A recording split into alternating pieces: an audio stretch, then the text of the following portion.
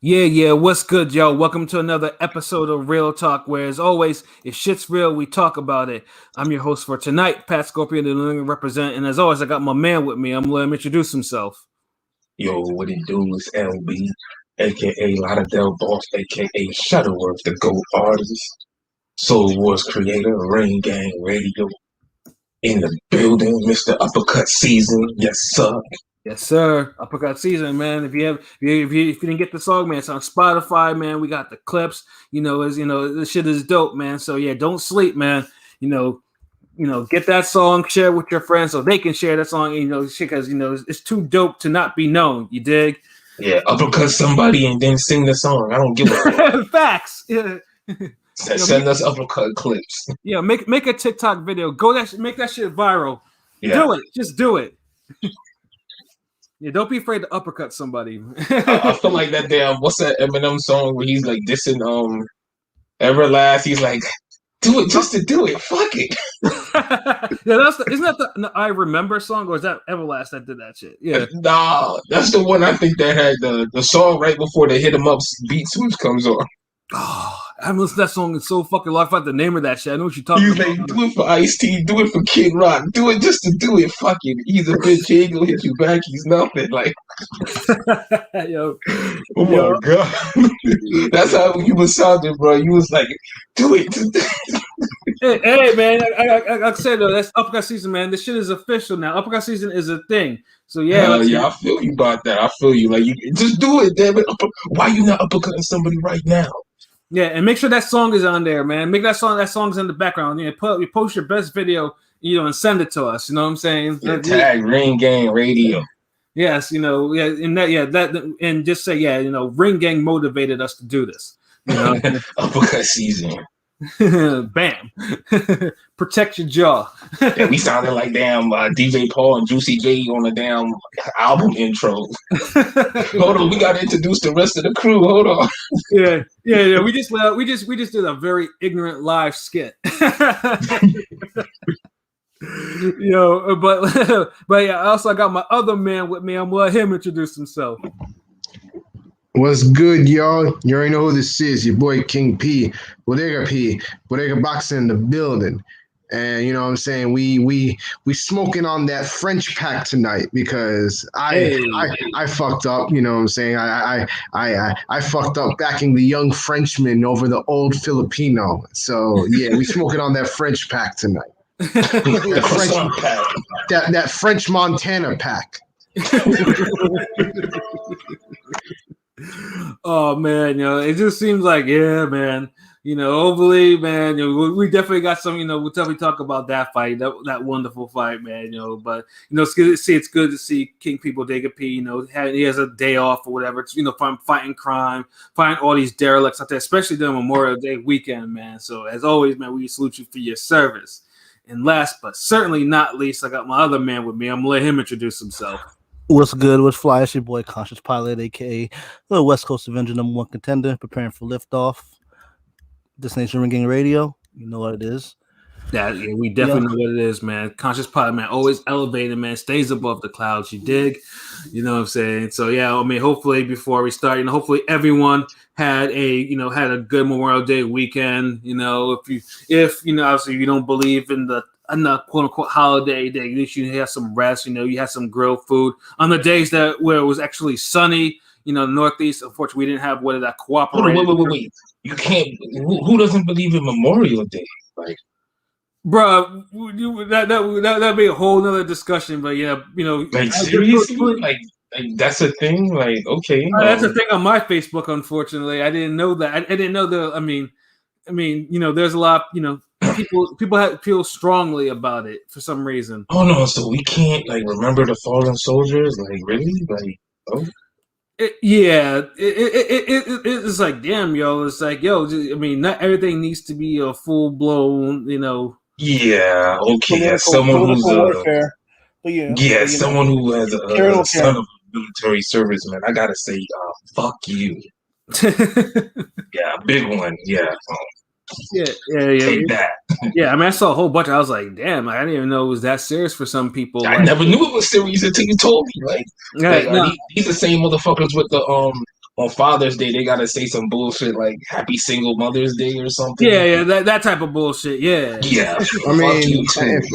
if there's one thing I've learned, it's that you can create any type of holiday, and somebody will have a problem with it. Facts. I'm gonna start boycotting niggas' birthdays now. Fuck you. Like, you don't deserve to live, motherfucker. Fuck your birthday. The Jehovah's Witness already got that on lock. They don't even acknowledge birthdays. Like, what's a birthday? Yeah, no, they really don't. Oh, they celebrate just accomplishments. Like if you finish college, they'll celebrate stuff like that. But holidays, paganistic. Yeah, I know it's because I have some relatives that are witnesses, so I know how they get down.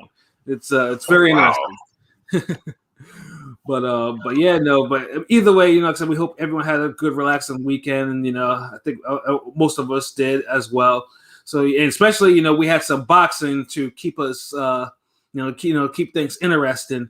So yeah, definitely one of the cards, and this was card we felt it was also slept on huge was the Showtime card with the main event of Nonina Donaire versus Nordine Oubaali, you know, for Oubaali's WBC bantamweight title. But before we get into that fight, you know, that card also had two great undercard fights, man. Like Facts.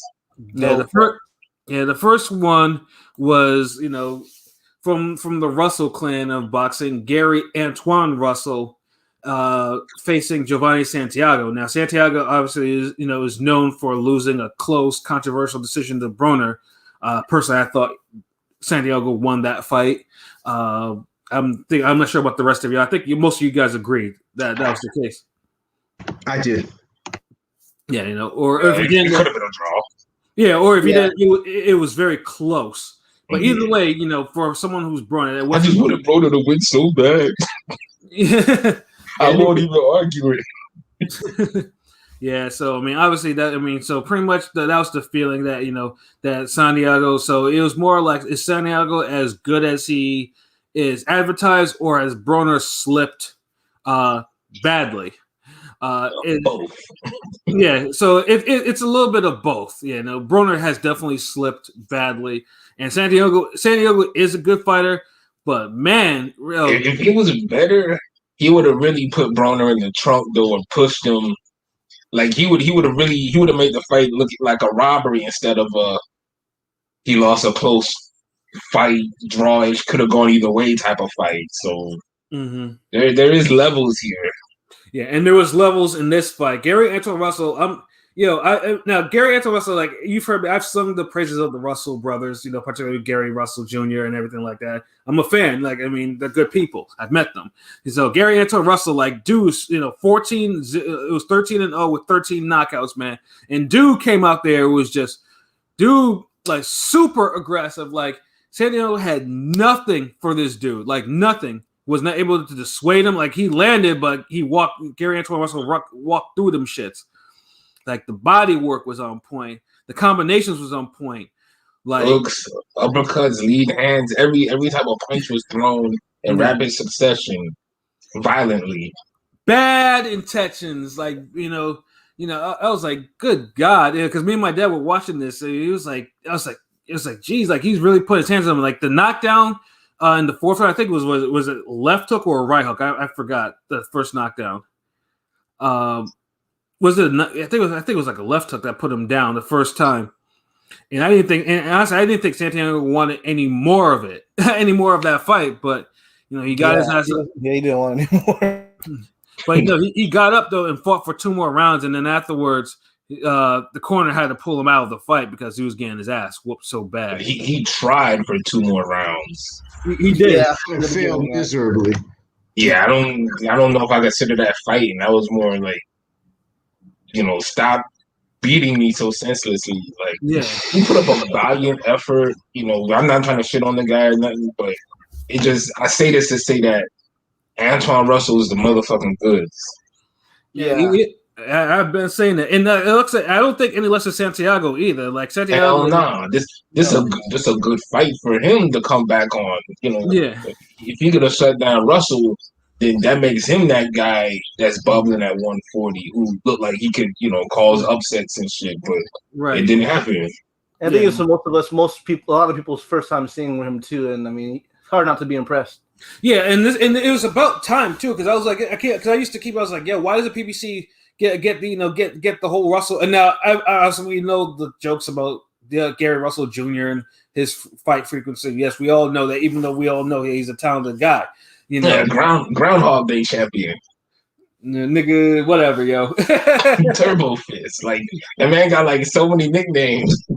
He do, but I probably made up all of them, but but I think this fight definitely opened some eyes, because the feedback on Gary Anton Russell was just like, 140 just got a big boost, like say, so yeah, I mean, and of course, Russell out there was calling out Adrian Broner.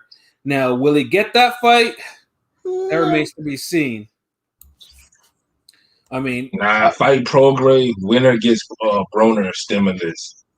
Yeah. Yeah. We need to see some type of even fight out of all these names. Like, don't go clout chasing yet, man. I mean, I feel like Prograis don't want to. I mean, I feel like Prograis don't really want to. Wouldn't want to. I mean, he wants the easy dub and a payday along the way. I don't think he would even take a fight with Antoine Russell. Yeah, Antoine Russell right now. I mean, like I said, now he's 14-0, 14 knockouts. I mean, just a fun fact. I mean, dude has, I know we all were impressed by Jerron Boots Ennis, and Gary Antoine Russell beat him 3 out of 4 times in the Emmys. So, damn. Wow. Yeah. So have seen those fights. So yeah, I mean, Gary Anton Russell, man, like the sky's the limit, and then obviously with 140 now, right now, obviously the 140 is controlled by the belts are controlled by one man, Josh Taylor. Now it remains to be seen after he makes his WBO mandatory defense. Will he actually keep his undisputed belt, or will he vacate them all to go to welterweight? It remains to be seen. But if that's the case, I mean, if those belts become vacated, I wouldn't, I wouldn't be shocked, at least this guy gets put in an eliminator for them like soon or whatever, and he should, and hopefully he fights again at least one more time this year, or even twice if possible. It is like possible. The way he looked, he's like even with just about anybody at 140 to me, and that's including Josh Taylor. Like, this guy looked like he's the biz. Yeah, honestly, in terms of PBC's 140 contingent, he looks more of the biz than, let's say, Mario Barrios to me. Like, I mean, of course. Oh yeah. You want to see Tank moving up to fight this guy? Yeah, no. I'd be more impressed if Tank had this dude on the pay-per-view than Barrios, like straight up. You know what I'm saying? Yeah, but that's Mikey Garcia going against Spence all over. Word. This guy gets a fucking KO. Yeah, it would be a violent fight, but probably not as violent as the second fight on this card. Where we got, we got Subriel Matias, and honestly, he might actually probably be the best Puerto Rican prospect I've seen in a while, because probably for like flaws and all. I mean, he has some flaws, and then of course he faces, another Kazakhstan prospect. Batir Jukumbayev, say that a couple times in a row. And this is one of the fights we said in the preview that like this fight can have some fireworks, because if you ever see Matias fight, dude is a slow starter. He takes like a couple seconds. He takes a couple rounds to warm up, but once he does, you cannot dissuade this dude. You cannot. Like, bro will come forward on you. Like, bro has heavy hands. Like, he might arguably be one of the top 3 punches at 140. Like, easily, man. The dude doesn't even turn over all his punches. He throws a lot of arm punches, but he does get his hips in some of the shots. Yeah. It don't always look like he hit hard, but trust me, dude hits hard. Right, and the fun thing is Jukumbayev too. Like, he's not slouching the punching in the punching either. Like, he was 18 he was 18-0 with 14 knockouts. So like we already knew, and Kazakhstan, anyone from the country of Gennady Golovkin, is they're all tough. Every single one. They're gonna have some punches about him, because he hit Matias with some bombs early. Like, I was like, good lord, like, damn, I was looking like it was gonna be a rough night. Yeah, because I was telling my dad, because I was telling him about Matias, like what he does, and my dad wasn't really impressed with him in the first couple of rounds, because like he just seemed like he's taking shots. I was like, Dad, give him some time. He's gonna move forward. Your dad would have hated Brandon Figueroa then. Yeah. And he screamed at you. He's like, what you got me watching? Honestly, on some real shit, just my personal opinion, and you can feel free to disagree all you want. I feel like Matias has probably in that division, he's probably the biggest puncher I've seen probably since Matisse. Honestly, I can't disagree with that. You know what? I wouldn't disagree with that. I think that's up. I think he's up there. Like Matisse was like maybe the Matisse looks more skilled. Yeah, with his shots. But Matisse is more skilled, but like Matias just has that raw, like every it's more. He's more Maidana with it, but I want to disagree with you. Like I think that's a fair assessment. Yeah, you can't argue that. That's not a hot take. Because he's getting the same results. Just give him some time, and those KOs gonna happen to bigger names. I hope he gets a big fight, but it seems like it's the kind of guy nobody wants to put him against a. The guy caught a body in the ring. Yeah. Yeah, like pretty much every fight we've seen, with the exception of his one loss, and even the one loss, like he was putting hands on dude, but unfortunately he just had, it was one of those things like his mind wasn't completely there. Yeah, I still feel like that fight was like he was still feeling the effects of death, the unfortunate incident beforehand. Right. But the funny thing is, even though that dude beat him. Like that guy hasn't fought since. I don't think that guy's fought since there because he did absorb some shit from Matias. That was a hard fight. That was a hard ass loss though. Like he didn't go down. Like he went down fighting. Matias went down fighting though. But the winner, but the dude that actually beat him, like I said, he hasn't fought since because he took a lot of punishment too himself. That's one of those things he probably sacrificed a little something to get that win. But Matias, he was able to rebound. He had that win against Malik Hawkins, where for some reason, if you were a gambling man and you saw Matias as the underdog and you bet on him, you hit a lick straight up and down. Like, they had that dude. He was a slight favorite, actually. Was that? He was a slight favorite, actually, for this fight. I saw he was an underdog, like Matias for this fight, or I'm talking about the Hawkins fight. Oh no, for this fight, the Jukambayev. Yeah, Jukambayev fight. Yeah, he was the favorite. But yeah, the Hawkins fight, like if you bet on that fight where he won by KO, almost brutal KO, yeah, you want some scratch. But this one, yeah, he was favorite. But god damn, like the bombs those two were landing on each other, like they were fucking sick. Like just like he busted dude's face up. It was a Margarito type of performance. Yeah, it was more athletic. Yeah, Matias, the dude's stamina was ridiculous. He kept forward, and Matias, as we mentioned before, Matias's arm punches are just absolutely he doesn't and my dad's like, yo, he's not throwing anything into those punches, but dude's head is snapping all the way back. That's, Jukambayev, he went down in the fourth round, I think it was after a left hook, and he got his ass up, though, and continued to fight on for 4 more rounds.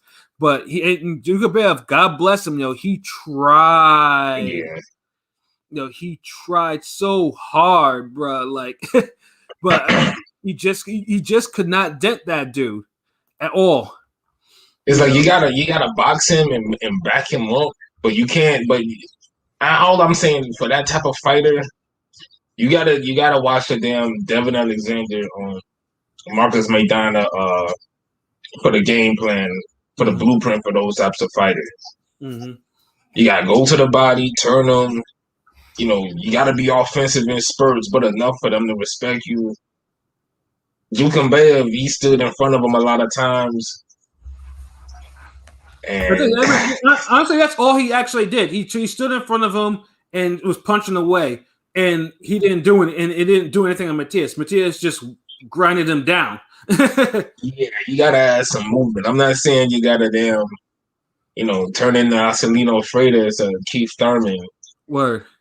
But some movement, to pivot, something. But the funny thing is too, there was a round after the knockdown where it looked like where Jukambayev actually did catch Matias slipping as he was coming in, because Matias, his biggest flaw is his defense is poor. It is poor. I'm not gonna be I can't mince the words. His defense is terrible. So he eats some shots. And Yeah, I mean, if he fights somebody that has this can match him punch for punch, yeah, he's in trouble. But I don't think you're gonna have to get that respect from him. Yeah. Yeah, I think he was respecting dude. It's just after he figured out the dude is just gonna stand in there and bang with him, it's like fuck it, I can eat these. Yeah, I mean, that's pretty much that's all you had to do. Like, because this guy was definitely punching. It's like one of those. It's like the basket. What was that Gonzalez Figueroa fight where it's like the dude is lighting him up, but it don't even matter. Yeah, it don't even matter if you go stay in front of him and he gets your ass to the ropes. Yeah, like let's put it this way: like if Jukabev was fighting any other 140 pounder, those punches would have probably affected them probably even more. So it's not like Jukabev. Like we saw that he could punch, he could absolutely punch. But yeah, definitely, you heard him. He had so many fucking snapping shots. Mm-hmm. There's so much snap on them shots, so he definitely could punch. But it was just, but it was getting to the point though where Matias's arm punches, like you saw, like I think it was like after the 8th round, like Jukabev's eyes, they were swollen, like it was getting eerily like reminiscent of the unfortunate the Desha fight, like you could tell that that damage was piling up big time, accumulation, definitely, yeah. And then after the 8th round, Manny Robles, Jukabev's trainer, was like, we gotta stop this, this is done. Like this had done. And then I don't blame him. Even with Santiago stoppage, like those were good. Like they knew when that guy was outmatched and done, they wasn't gonna come back. It's better they do it than the damn refs, but they keep fucking up these knockouts. So yeah, and I know you definitely got some bars for that in a little bit. You know what I'm saying? But yeah, Jukabev though. Honestly, his stock still went up. He went from someone he was mostly unknown. We just heard a buzz. So you saw that dude. Just give him a good rest. Don't let him do any hard sparring for a little bit. He'll be back. You know what I'm saying? And honestly, and good. Kudos to Manny Robles for actually saving him. Because like I said, if that fight, because Jukabev was not going to stop himself. He wasn't. Dude was there to win. So and honestly, and we didn't need to see someone who's probably on the point of getting his brain scrambled, big time. So but to see another day and retool and get better, learn your mistakes. Mm-hmm. And, hey, you might get a rematch down the road. Who knows, man? But I'd rather him have a career after this than keep him in there and wait till the damn ref to damn stop it and dude is damn beating up even more. Yeah, and I know this, and after that fight, they did show him in the back sitting on a chair, and you could really see his face really starting to swell up, and it was a really good decision, to stop that damn fight. So we got 8 rounds of give and take, and that was good. And Matias and I think that was an eliminator. I think that was an eliminator for the IBF. So yeah, Matias will probably be in line for a title fight soon enough. But it depends, though, if Josh Taylor, like I say, whether or not Josh Taylor will actually hold on to that belt enough for that fight to be a reality, or fuck it, if he drop it, let Gary Antoine Russell and Matias fight for that shit, bro. Honestly, I would try to be at that card. I would, if I could, I would try to be at that card just to see that fight. That's the fight. A winner get pro grade. A combination of those 3 names need to fight. Right.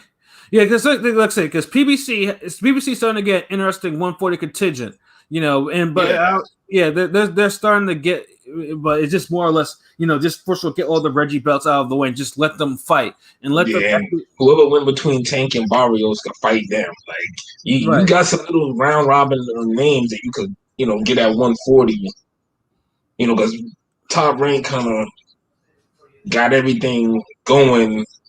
They resolved a lot of fights on their end, so PBC got to resolve and see who's the champ on this side of the street. Yeah, facts.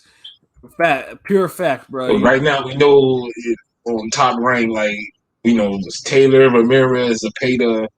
Mm-hmm. It's probably the top 3 140 guys. Then you got Barbosa Jr., mm-hmm. Let me see who else.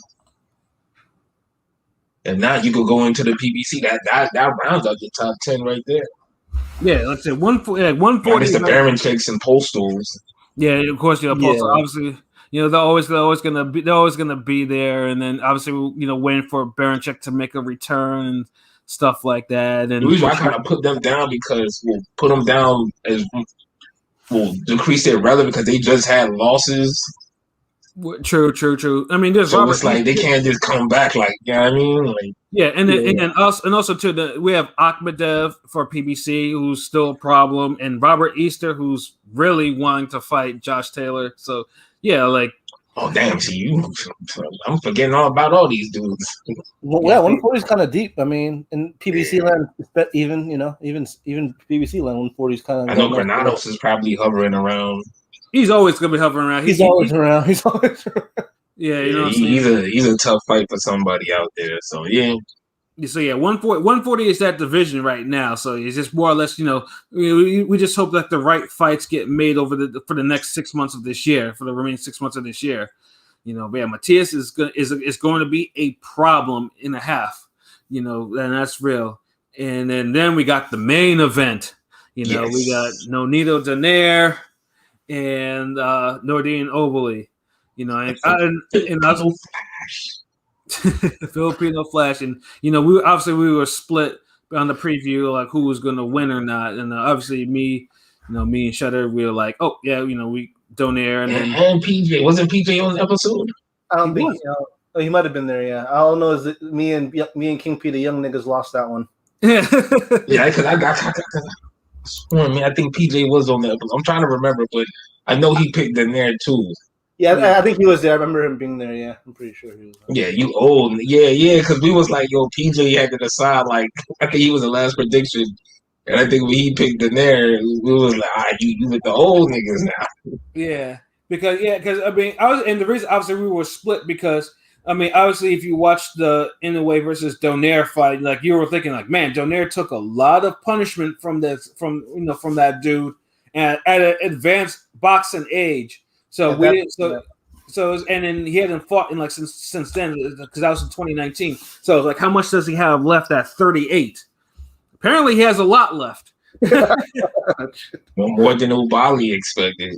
But to be fair, Oberle was competitive. Like the first 2 rounds, like I mean, dude was competitive enough. He was given, he gave Donaire enough to think about. But once Donaire started cooking, Donaire. Like the Donaire, and Donaire's power is ridiculous at the way he is. Especially if you stand right in front of him for it. Yeah, which is what Oberle did. He did the same mistake Jukumbaya did. Because once Donaire started landing those straight rights, and then he was trying to time the hook, I'm like, oh, like you can't let Donaire start hitting you with straight rights so easily. Like Donaire has probably some of the hardest. Probably has a top 2 left hook in the sport, and one of the hardest straight rights in the business, even at 38. Like you can't. Hell yeah, he's a top puncher in the sport. Yeah, if you was to list him out, he's in that top 10 list. It's like, I mean, Donaire can knock you out with one punch, and he's a combination puncher that you cannot let dude hit you like this. And once Oberle got clocked, it was all she wrote. Oberle was like, whoa, shit, sacre bleu. He was fucking a little fucked up in the game. But he was getting stunned and wobbled and hurt. Like Donaire wouldn't let off of him. But it's like Donaire was like, it was aggressive pressure, but it was patient. Word. Like it's one of those, like, when you know you're gonna hurt somebody and it's only a matter of time, so you don't rush. Yep. Perfect. Like I was just super impressed by his performance. Like you said, Oberle, was competitive, but he caught way too many fades and he couldn't recover. Yeah, and like I said, because the first one was kind of like, it was like a really fast, like left hook for the first knockdown. Like, like that shit came quick. But the second knockdown, now I know most people are arguing, was that after the bell or was it, at the bell? But whatever it was, Oberle was finished after that punch. Like, the ref gave him an extended count, like having him walk this way and that. And then Oberle walks to the wrong fucking corner. Like his cornerman had to actually drag him to the right corner. That's like he was fucked up. Fight was done then, man. All this referees with this whole when they get up, what happened to walk straight ahead? Can you look at answer a question? I rub off your gloves, whatever, and you go and fight. I'm tired of seeing this shit where a motherfucker get dropped hard as hell. He's somewhere in the bottom of China, standing back up now. He gets up, he's wobbly, whatever. His eyes are glassed over. You know what I'm saying? Motherfucking ref is like, all right, I need you to the left, to the right. Yeah. Now, move forward. Cha-cha. Like, dude, what's with all these goddamn dance steps? Like, I don't need the fucking dance revolution your ass to fucking score a knockdown. Like, yeah, I mean, either way, I mean, this lateral movement. Like, look, if you got to do all of that, the motherfucker don't need to be fighting no more. He's done. Yeah, it's fact. And I told my dad, Kenny Bayless. I told my dad too. I was like, Dad, this fight is done in the next round. Like he's not recovering.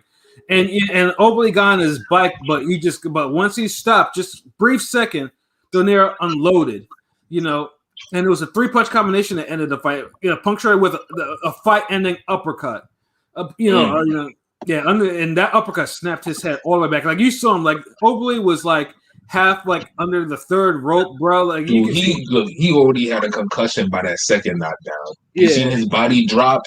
Yeah, he barely made it up in time for the count. Really, like he was done. Like, the referee had to stop that fight, man. So it was great though. It was a great fight. I mean, Donaire's champion again at the age of 38. And honestly, oldest bantamweight champ ever. Yeah, and Donaire, obviously, Donaire gets a lot of respect in the sport because one thing about Donaire, like one of the things that a few people can actually say that they do is that he throws himself into the fire and he fights people when they're at their most dangerous. Like, there's not a lot of fighters that can actually say that. Like, some will bullshit, like, okay, yeah, no, 155 or nothing, shit like that, some bullshit. Yeah, he doesn't fuck himself out of fights for some reason. Like a lot of these top name guys who are supposed to be superstars, he doesn't say, you know what? I don't want to fight this guy. Let me do a European. Let me do a UK career move for 3 fights. Exactly. You know what I'm saying? There's none of that shit. Oh man. I don't want to fight you because you might be on something, but I'm not because I'm tested yearly. You know what? Fuck it, I'll fight anyway. Like, yeah, exactly. Donaire is like Donaire. Oh yeah, I got Donaire. You got to face Rigondeaux. Okay, yeah, we got to do that. Donaire, you got to face Axeman Walters. Okay, let's do this. You know what I'm saying? Win, lose, he always. And he wanted a fucking Rigo rematch, man. Like, yeah, and he wanted to get that get back. Yeah. Yeah. I still watch that fight. I'd still watch the rematch with those two. Or Donaire, like, you want Donaire, you're facing a monster in the finals. Okay, that's good. Yeah, I'm gonna win this. I'm gonna win the finals. And then even in the interviews, like Donaire was like, yeah, I want the monster again. Like if he retains, like Donaire took a beating that probably should put him in retirement, and of course he returned the favor. But he almost got stopped in that fight. Another referee fuckery with the knockout. Donaire. Like he wants smoking. He said Donaire. He wanted Casemiro. He want if Rigondeaux. He's like, yeah, I want this Rigo rematch. Like if he gets that belt, should bring him. We can do this. Donaire's a fresh air. A breath of fresh air in the sport, man. Yeah, dude is dude is a quality fighter, man. So yeah, no, he wants all the smoke. He wants the nitrogen, the everything, the menthol. He wants the helium. He wants everything. You know what I'm saying? Free art. I don't care what the fuck. He just won it. Yeah, and that fight capped off like PBC's. PBC's best offerings of the year. Actually, two great cards in a row. This one was. I mean, the other last card was good too. I fucked with it, but this card was excellent. Like. This shit had me hyped. Like anything from matchmaking. Like I mean, like there's no criticism. There's no none at all. It's a good card with an international flavor. Mm-hmm. Everybody was well matched up. Mm-hmm. The fights were even type of fights. Like they were. See, the biggest betting odd in that whole card was Russell and Santiago, and even then. that wasn't something that was you would be super sure on. Word. But that was the widest odds, and that was still a damn good fight. Yeah, it was. Diaz was only a slight favorite over Jukambayev, and Ubali was he was a favorite over Daenerys, but he wasn't a big favorite. Mm-hmm. He was maybe a little better than Matias was over Jukambayev, but not a crazy favorite or nothing. Like everybody knew Daenerys was in this fight. Absolutely. So that's how you put together a card, just like the one with Figueroa and Neri, like two great cards from head to toe. And they were both at StubHub. We don't recognize the other name. It's StubHub. Two upset KO wins with an uppercut. That's crazy. Back to back. Yes, sir. Like, do y'all really? That's two upset wins. Like, that's crazy. Uppercut season lives. People just go with it. Like uppercut season. Just remember where you heard it first. Ring Gang, you heard it first. Just make sure y'all understand that. Ring Gang, we coined uppercut season. We won't stop until I'm walking somebody out to that song. Like whoever got the best uppercuts. Facts, pure facts. You know what I'm saying? So yeah, I mean, let's get on to the next card because frankly, actually, really, I think there's only one fight on that card we all want to talk about. Obviously. That's of course that's Devin Haney. The Shane Mosley Quigley going on. Oh, you want to talk about that? Yeah, we're gonna talk about that. Fuck all that. That was a good fight. That was really the only other fight on there I fucked with. I didn't get to see the women's fight, but shout out to PJ because he told me it was an ass whooping. It was a good it was an ass whooping, and then there was an eliminator for super featherweight, which was a good fight. That was a super fade, bro. It wasn't a super fade, but it was close. Because dude got his ass whooped, and then the opener was like, one of the prospects, Khalil Ko, who's famous for knocking out a Cuban gold medalist in an amateur fight, which is very rare. Which doesn't like angry Tim Bradley. You know what I'm saying? So like the undercard was dope, but yeah, Quigley. That was solid. I ain't gonna say dope. Dope was fucking Showtime's undercard. His level. I mean, I watched every. You're right. It was a good undercard. I fuck with it a lot though. If Showtime was like a 10, this undercard was like a good 7. Yeah, facts. I give it that. It wasn't better than Figueroa Neri undercard, but I was entertained somewhat. It was cool. Yeah, Quigley. I don't think he had no boring fights, so that's a plus. That's a plus, like I say, it's still it is one of Eddie's better U.S. card offerings. So I mean, because he's had some fucking duds. Yeah. Mosley could have won that shit. Mosley could have won that shit, but he kept walking in. I mean, he's improved, but he still walks into shots he should know better than not to walk into. Personally, I don't know. The commentators kind of ruined that fight. I didn't see no big ass win like that for Quigley. That shit almost felt like a draw. It was close, yeah. Honestly, I thought Mosley won by like a 96-94 type of fight. Thank you. Okay, yeah. I don't know. I was thinking the same shit. I was like, why did it feel like Mosley should have won? Like he low-key got robbed, but yeah. Because I mean, the one thing. I mean, there was two things. I mean, Mosley did take his foot off the gas at a point where he probably shouldn't have, and I admit in that. But I thought he banked enough rounds. He landed all the hard shots. Yeah. In the fucking fight, really. And I think probably like true. I think 3 times. Yeah, and Quigley, like in the last, Quigley, he stood his ground though. But there was a lot of runs where Quigley also gave way because dude was starting to, he got his footwork on. He started to, skip to my little around the ring a little bit. Yeah. I didn't see like was this the best I've seen Quigley look? Yes, he improved, but the way these motherfuckers were carrying on, I thought we was watching fucking Virgil Ortiz and Boots or somebody or Antoine Russell Yeah, no, I mean I've never been a believer in Jason Quigley. Like ever since I saw him struggle with Glenn Tapia, I was like, nah, this dude ain't it. Like, nah. I can't exactly. Quigley's always been mid to me, but yeah, same here. Like he was, and then when Toriano Johnson beat him up, so I was just like, yeah, that's what I expected. I look at him as like someone on the level lower than Munguia.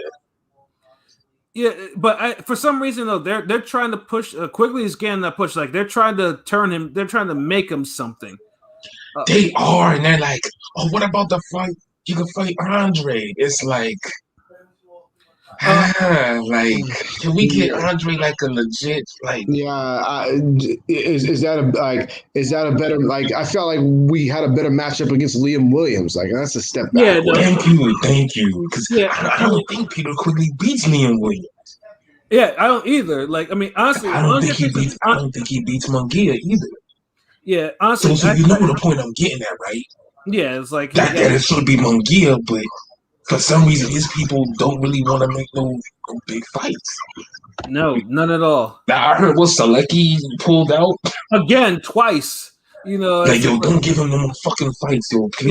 Yeah. That's what I was gonna say. They want to try over and over again with Selecki. They're hell bent on making that fight. Yeah, but Selecki, like Golovkin has a fucking fight already. Like, what does that tell you? Yeah, He probably turned down the Golovkin fight for that shitty ass fight. Yeah, so it's like I mean now it's in that fight's in 2 weeks, so it's just like Munguia needs to get his ass like you have a title shot. You can easily fight someone fight a champion there, and you won't do it. So you got the Andre right there. Like instead, we keep hearing about the Seleckis of the world or the Chris Eubanks of the world for Andre. Like bro, and I don't want to hear nothing about Jason Quigley, because like I said, thank you. I definitely don't want to fucking hear about Jason Quigley. Yeah, Quigley had issues with Shane Mosley, and honestly, I've given Shane Mosley Jr. enough guff because he tries. Like I've always improved though. Like we could all agree on that. Yeah, he improved though. I thought he won. Like honestly, if he didn't win, it should have been a draw. Like I don't feel like I saw a draw. Quigley did enough to really. These niggas were hyping up Quigley hard, body. I thought it was for sure. Yeah, but the fact that a judge saw for Quigley 97-93 was crazy to me. Like there ain't no goddamn 7 rounds in that fight. Like you crazy? Shit. Yeah, and then Westfield was like 96-94, and that's probably the most. 6 rounds is probably pushing the 2. Like it is honestly. Let's call it what it is. It's pushing it. Yeah, you can't name 6 rounds Quigley won in that fight. Yeah. I thought it was a draw. Yeah, me too. I thought it was I could give you a draw, but a Quigley win, nah. Yeah, no. So, but like I said, clearly they're trying to, there's a push behind Quigley. Oscar's trying to push this guy. I don't know, man. Like the zone, like man, like I don't know. I'm gonna keep that comment. I'm gonna watch it unfold. Yeah. Hey, go ahead. Say it. You already started it. Finish it. Why it take so long to get the black fighters big fights on fucking the zone? Yeah, that's true. Like I'm honestly, like I've never been interested in a. Is it me? Like Haney just got a fucking big fight. We still waiting for Andre. The only person who get big fights over there is Joshua. We're talking from It was Danny Jacobs, but that was kind of just like I know what you mean. Danny Jacobs got one big fight. He had one big fight. Yeah, Danny Jacobs, he got a whole bunch of filler fights. Like, it's funny because all the you want to say all the black fighters get all like filler fights. They're fighting 3-4 times, but like against. Yeah. But they don't get to pay their big fight. Farmer was a damn workhorse for them when he first. But yeah, but it's either they get obviously. They either bring them in as a job, but God forbid though if they deviate from the script, like Ray Robinson and Josh Kelly is like, oh shit, like Josh Kelly is getting he got beat, but we can't have Ray Robinson getting that victory over him on the zone. Like it's the same thing happened with Quigley, Shane Mosley.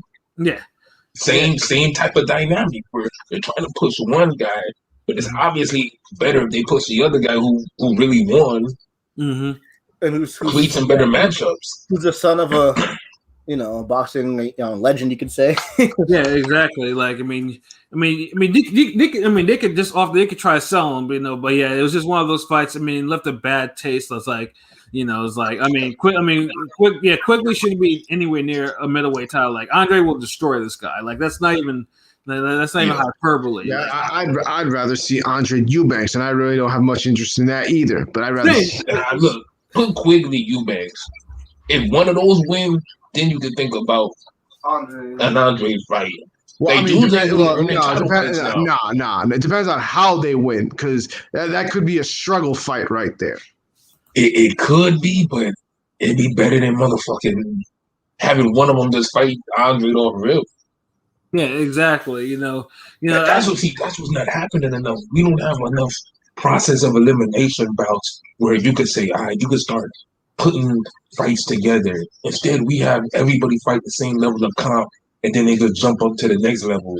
And it's like, the fuck? We still got 10 other dudes. Because the B fighters don't want to fight each other because they'd rather sit around and fight C fighters until they get the A fight. Facts.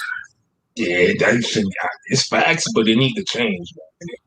Yeah, Like the zone, like I don't know, man. I'm just saying, like I hate to be on some hotel woke shit when it comes to boxing, but I'm just noticing a trend. It's like extremely hard to get the black fighters, the big fights on the zone for some reason. Like, well, the zone has their matchmaking is the wonkiest of all of them because it's so inconsistent. And a lot of times, for no rhyme or reason, it makes little sense. Yeah, I mean, well, I think it's mostly for Matchroom more than Golden Boy. Golden Boy's matchmaking is actually straight. They just push the wrong people sometimes.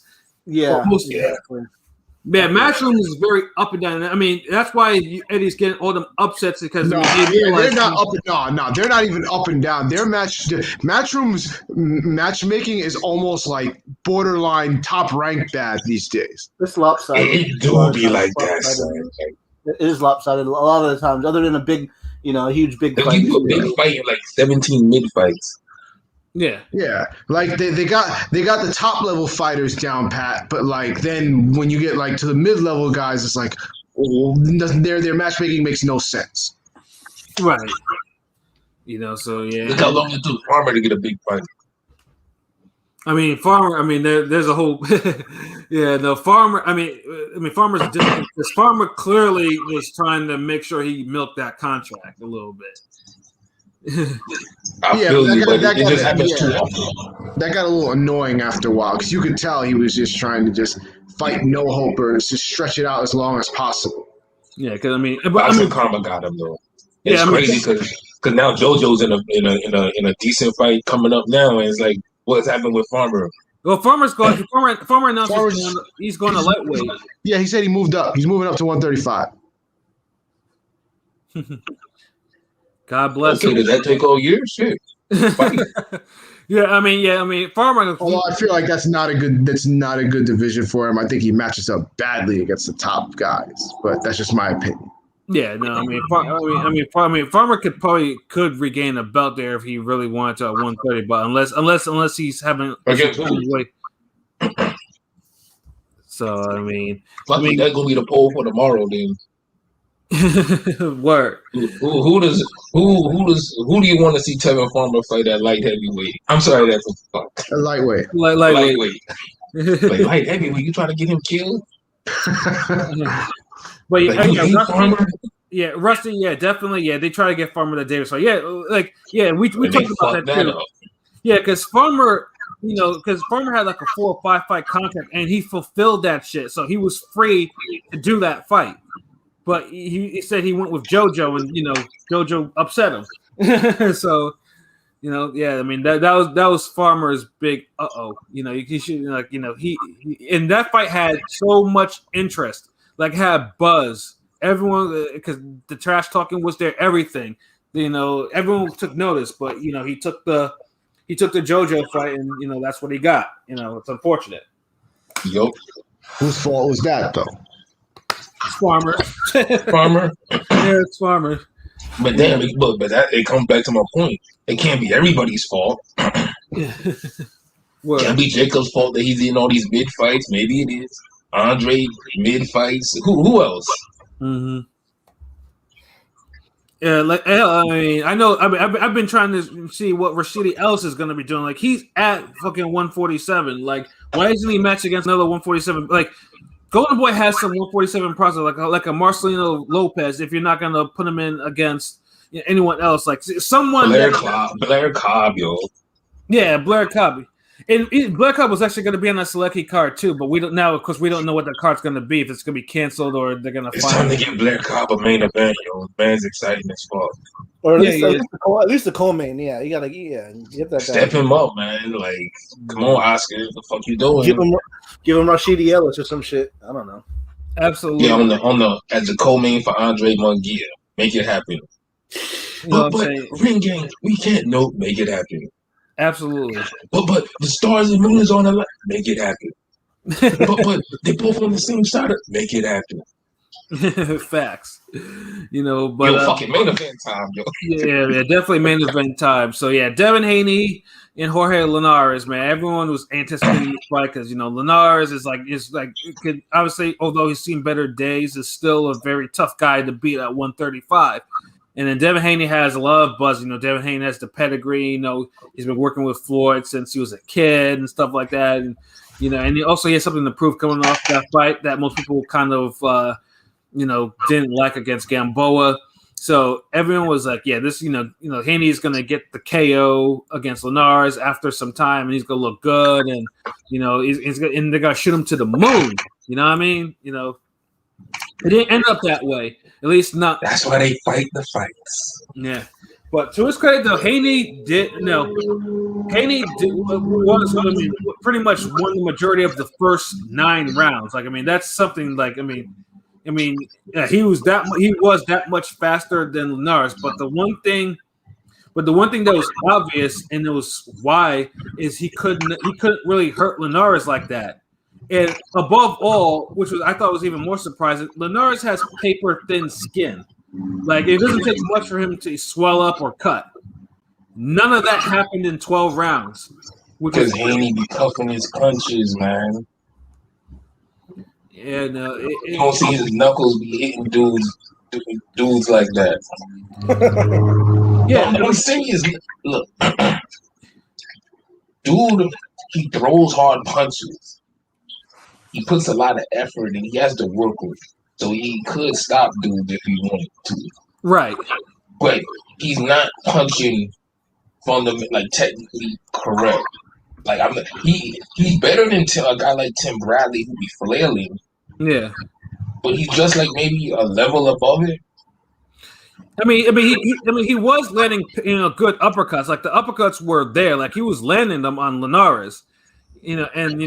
Perfectly. He was landing clean shots, but it's the type of punches. The punches he was landing were looking like good 6s and 7s. But if there was any harder, he would have stunned them. You don't stun. Look, if Linares walks you down for a whole fight, there's something wrong about you.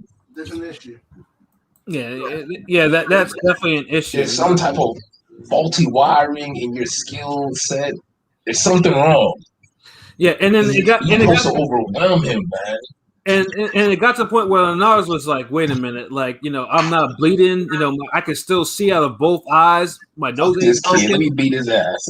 I don't get no blood coming from my mouth or a cut. I was like, fuck is going on? So Linares started throwing the combination. Now, Linares is a beautiful combination puncher. Dude throws them combinations, and he was starting to land them 2, 3, 4 punch combinations, even a stick of 5 punch from there.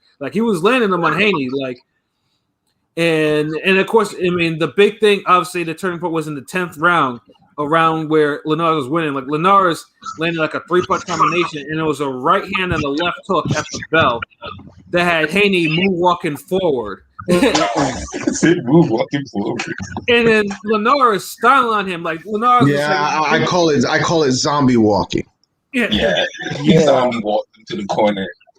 Yeah, style. Linares standing on him saying, "Here you go," like that. Yeah. That was a bad. Yo, and then have a seat, young man. Have a seat. There you go. And it was funny too because the announcer's like, "What is this? What is this?" He is wobbling to the corner. That's probably the only decent call of the night that them niggas was had. It's because they actually saw something. But I think after that one, Haney became unstuck because I think he lost the remaining rounds of the fight. The fight things too is and what was even more concerning was he was still shaking, he was still hurt. Haney never fully recovered from that shot he took in the 10th round, not once. Like, dude was. Oh, go ahead. No, honestly, the more I watch it, I think it was his legs. And like now I'm like, because I've heard that and I never really paid attention to it before. But a lot of people have expressed that they felt that Haney is like he has a bad build. His physique is very top heavy. Top heavy, yeah. Top heavy. He's got big upper body paws, but like mad skinny Johnny Bravo legs. Chicken legs, right? Well, people don't notice it as much as Wilder because Wilder's like 2 feet taller, or Yeah. people just was caught up in other shit in Haney. Yeah, Haney definitely got some chicken legs though, definitely. So that might be he might have to change his physique a little bit or work on leg day. Stop skipping leg day. Yeah, do some squats. I mean, the funny thing is too. I know Haney's, has been trying to, Haney is a big guy. 135. He really boils down to 135. So he's probably not long for 135. I think he's definitely a bigger guy. When he's not fighting. So I think that might actually play a part in that too. But Rusty, you're right. He doesn't look like he's long for it either. He's actually bulkier than Teofimo. Yeah, he's been complaining forever about 135. I'm shocked he's still making it. Probably because the fights are there. The fights that could, probably because 140 got that work up there too. Shit. Yeah. If you struggling like that, if you struggling to close the show out on Linares, I don't know if you're ready for everybody at 140 because we just went through all them killers at 140. Right. And I'll say Haney wants that Teofimo fight because Teofimo wants. Haney wants respect on his name and his belt. So and that's part of the reason why he's actually sticking around at that weight. But if it's starting to affect him like this, because like I said, like Rusty just said, like he was glassy eyed and holding the rest of the fight. Yeah, because the boo birds were loud, especially when Haney was getting inside, and he would run and hug this dude, and oh my god, the fucking clinching was the clinching was pissing me off, and he kept bitching to the ref he ain't ready for no Josh Taylor fight. Yeah, somebody made me laugh so hard because somebody said he was running to hug Linares like Linares was a soldier that came home from the war. Facts. Fucking facts. Kudos. Whoever said that shit, kudos. Man, bars. Yeah, because he kept complaining to the ref back of the head. But dude, you turning your fucking head, you ducking down, trying to hug the dude. Yeah, it's a motherfucking fight, nigga. Killed it. That's one thing. I don't like when fighters complain too much to the ref, especially for shit where it's nah, man, you gotta fight through that. What are you That's why I could never really stand Arthur Abraham. Well, Arthur Abraham is a different story. Arthur Abraham had, that dude. But he used to bitch to the ref a lot when shit didn't go his way. Especially in Germany, of all places. Germany used to have some fuckery, and he was probably the last beneficiary of that fuckery. Shit. Every time he could be winning, and his opponent wins fucking 2 rounds or 1 round, and it get a little rough. Then my eyes start wandering to the fucking ref. Mm-hmm. Yeah, damn. But Haney, people. One thing is people gotta stop with this fucking favoritism in the media. Just admit it. Haney didn't fucking look as spectacular as you motherfuckers made him out to be.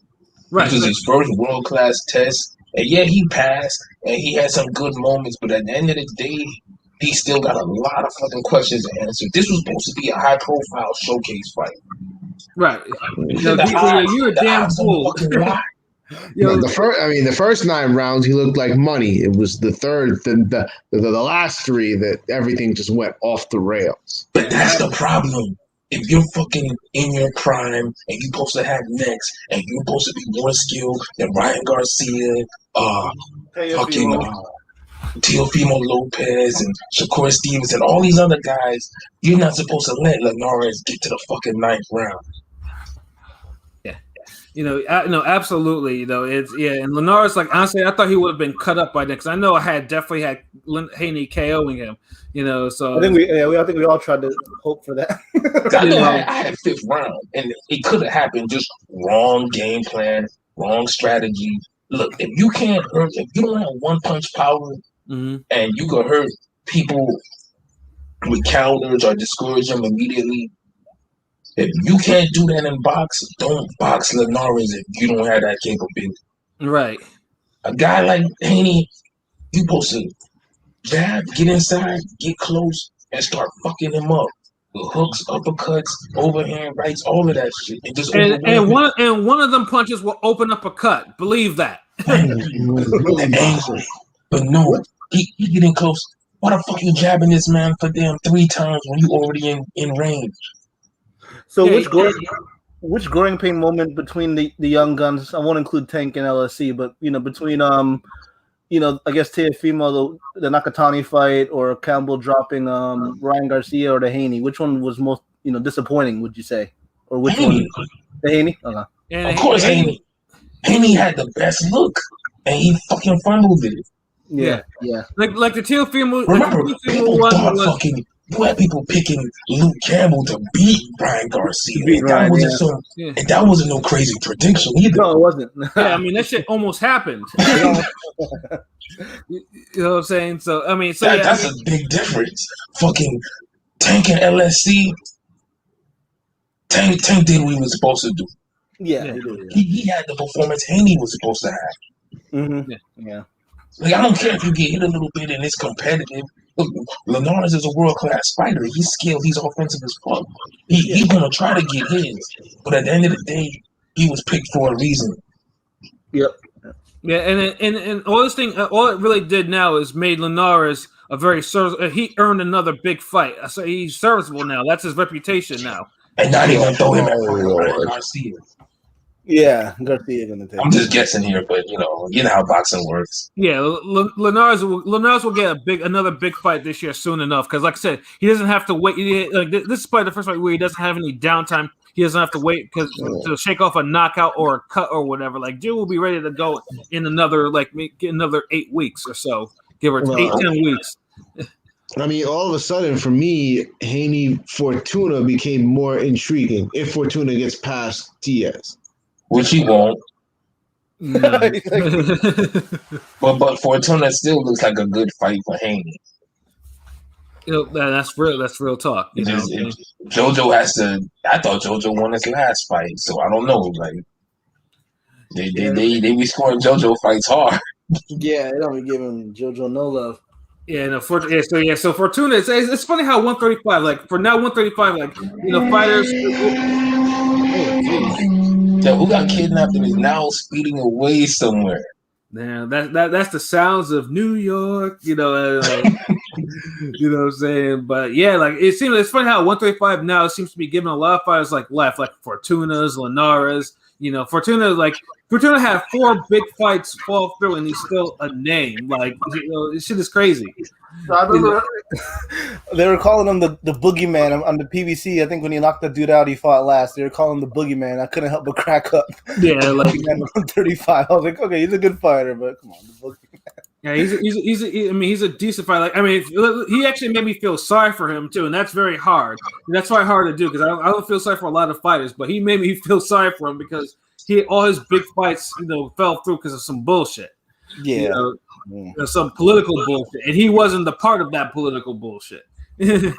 So Haney. So I think right now all of 135, like pretty much the so-called 4 kings, like they all are flawed, and they all have flaws. We ain't calling them kings. They're like the Duchess of lightweight. We ain't calling these motherfuckers kings. Yeah. Shout out to the Real Kings documentary on Showtime that's supposed to be coming up or some shit. Yeah, I wasn't even going to use the term king. Nothing like that. These are the 4 young peasants for now. There we go. Yeah, until we get at least 2 fights from them at least this year. A combination of any of the 4. I need to see some impressive wins like yesterday. Yeah, so I mean, like too much too much mythical matchup and praise about skills without seeing the skills applied. Right. That's my whole thing. So yeah, Haney. Yeah. All I'll say is that my final thought for this is that all of them still have room to grow. And I mean, you can put them all against each other, but they all have warts. Like maybe they could all use one or two more fights to see, because I would want the best of them, so I want their warts to get fixed. But if it doesn't happen, it doesn't happen. Right. Something needs to happen. I'm sure we could agree on all of that. It's too much marinating going on. Like Lopez done stepped up. He done got his fight. Fucking Tank done stepped up. His situation a little different, but LLC is a better fighter than is a better name fighter, whatever, than Campbell and fucking Linares. So it's pretty much now. I think now all eyes are gonna be the next opponents for these particular 4 fighters. Like after their if they already don't have a scheduled fight going on. So like 135 is an interesting division. So I just have to see how it's gonna move going forward. But Haney, he won and he passed his test, but there's clearly some more work that needs to be done with him. The best punch he threw was after the fight, when he had said the shit about Ryan Garcia. Yeah, that was the best punch he landed the whole fucking weekend. Facts. Yeah, because that shit was real, and we talked about that shit. Niggas using mental health to fucking duck people, but then not being called out on it. But then you call somebody out when they have a bad performance, right? And then JoJo Diaz, who gets less hype, less clout, less praise than a lot of fighters, has to play cleanup man to this motherfucker. Right, exactly. And I'm being super objective here. Man, LB is really doing his best to make JoJo Diaz a thing. But have I said anything? Have I said any half truths or falsehoods about anybody so far? No, I wouldn't say that. Yeah, JoJo Diaz is who he is. He makes for good fights, whatever. But you ain't gotta like it. To me, he's skilled. He's impressed me more than Devin Haney has.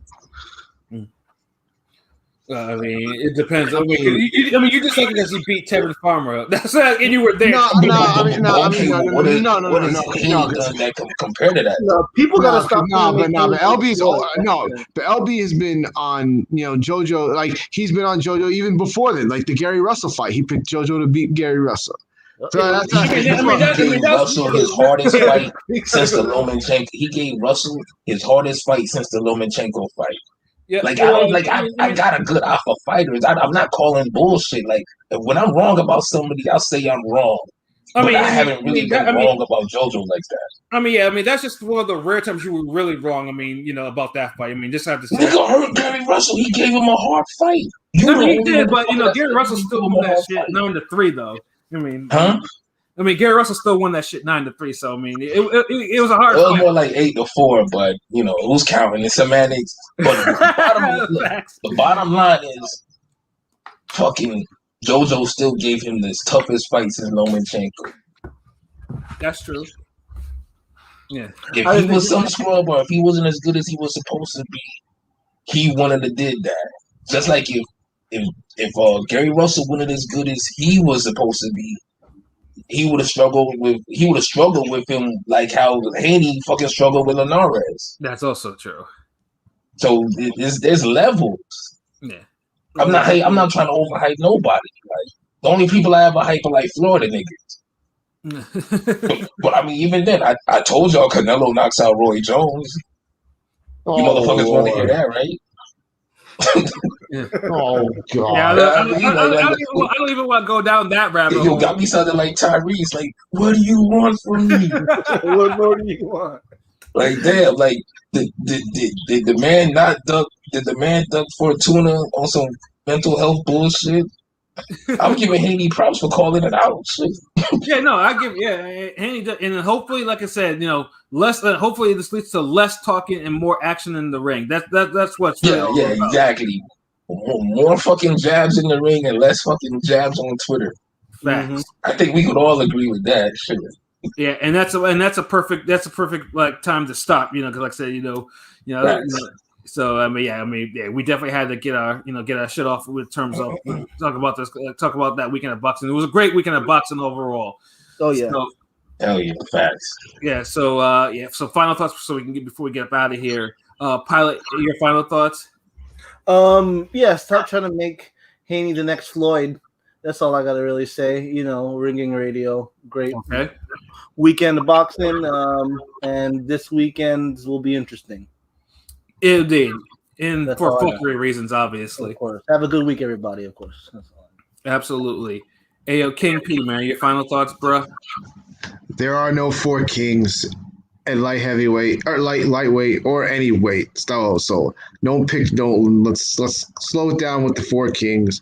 Other than that, you already know what it is. Ring Gang Radio all day. You know where to find us at YouTube, Instagram, Twitter, Facebook, ringgangradio.com. Get on that uppercut season wave if you haven't. It's not too late. Get on the bandwagon now, because once it takes off, it takes off.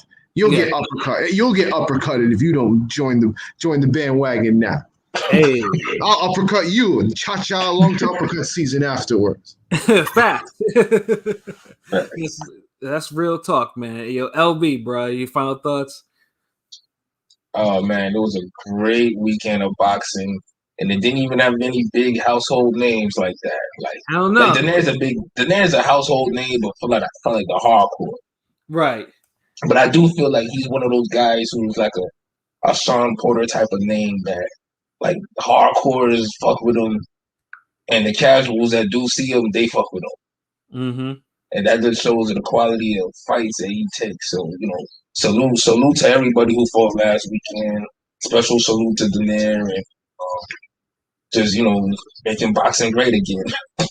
Yeah, facts. But yeah, y'all just stay tuned in for everything we do in Ring Gang Radio. .com. Just subscribe. Make sure you following the Soul Wars. I'm gonna drop some fucking a new clip of the damn episode 3 of the Ring Gang Radio cartoon tonight. So if you ain't following the Soul Wars on Instagram, fuck you waiting for? Okay, that's what it is, man. Shit's fire. Got the you don't know, like we on a whole nother level. Like name a podcast that got a cartoon. Hell no. Ain't that fucking shit. Don't tell me no Joe Rogan, motherfucker. That's like one guy in a whole fucking team of motherfuckers. Fact. Ain't nothing wrong with it. I'm just saying, motherfuckers would be damn comparing Beyonce to a fucking person who perform on talent shows and shit. Like that. That's how niggas be. But anyways, definitely gonna drop some new shit. It's fire. And y'all just stay tuned in. Uppercut season out. Turn of the Sample Kings is out. Y'all know what it is. Keep fucking with us. Hit up the site. You fucking with us like that, throw some donations our way. Yeah, like these other YouTube niggas asking for damn hit the like button, subscribe, please. They gonna cut my lights off. Facts. We ain't on no shit like that. If you fuck with us, just share the videos. Tell somebody. If you really fuck with us, you throw a little change there, but you good. And shout out to the rest of the squad. RTDZ, Clan Archie, Prolific, Big Room, Fight Architect, PJ, and to everybody who was fucking listening to us today. Salute. Rusty and thought I saw another name. I'm sorry if I can't remember the name, but yeah, Henny God, salute. Henny God, yeah, shout out to Henny God. Yeah, and everybody else that was just fucking with us live. So that's it. Yeah, absolutely. And the only thing I need to add, only thing I want to add on, in terms of my final thoughts are, damn you, Jean Pascal, for ruining the lone reason why I'd actually want to watch the shit on Sunday for Mayweather and Logan Paul. Damn you to hell. Shit. Yeah, we all knew, but we just didn't want to believe it. Yeah, the fuck is you doing with 3 fucking steroids in your system? The fuck is your problem? Yeah. Nigga tested positive for Rite Aid. Accurate. PBS. I mean, you got tested for 2 different types of the same fucking steroids, bro. Like, the fuck is your problem? Yeah, that's true. It's like damn it, like the rematch that everyone wanted to see. It's like now that's up in the air, and I know Badou Jack got a new opponent, but I don't know. I've never seen them fight, so I was like, I can't get excited over this. So yeah, I'm pretty much. We don't know if they even create a character or not. we don't know if we should pick a draw or not. Yeah, no, I don't know. I mean, I can't make it. So I'm just gonna be like, I'm just gonna watch it. But yeah, the whole card. I'm just gonna watch it for fuckery reasons now because there's nothing really I'm anticipating on the boxing tip like that. So everything is strictly for fuckery now. So yeah, that's all I have to say. Like John Pascal, you should be ashamed of yourself, man. But yeah, like Pilot said, we kind of suspected, but Vada or nada. You know what I mean? So. Yeah, so yeah, I mean, definitely, LB said, subscribe to our channel or whatnot, like everything, tell your friends so they can subscribe to it, and then we can all be friends. So yeah, so for myself, Pascal Bray, the New England representative, for LB Shuttleworth, the God, the GOAT artist, for King P, Bodega P, and for Conscious Pilot, this has been another wonderful episode of Real Talk, where as always, it's shit real, we talk about it. So until next time, peace.